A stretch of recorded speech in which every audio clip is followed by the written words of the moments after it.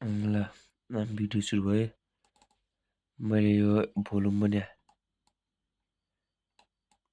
यो London close battery बसर हो या पिसीको अटो ब्लक भयो।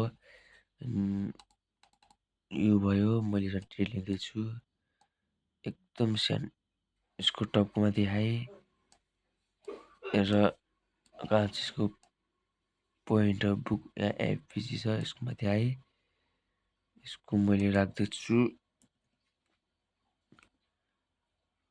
आए गयो $72 जान्छ आइएमसँग एकछिन $9 आउँछ।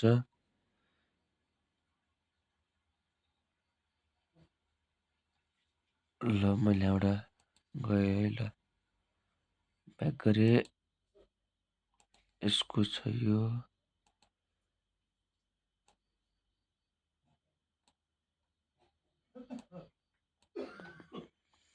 ठ्याक्कै 1:1 को रेसियो छ। हेर्नु 1:1 को रेसियो छ यहाँ 1 ल कसो हुन्छ ल हामीलाई ल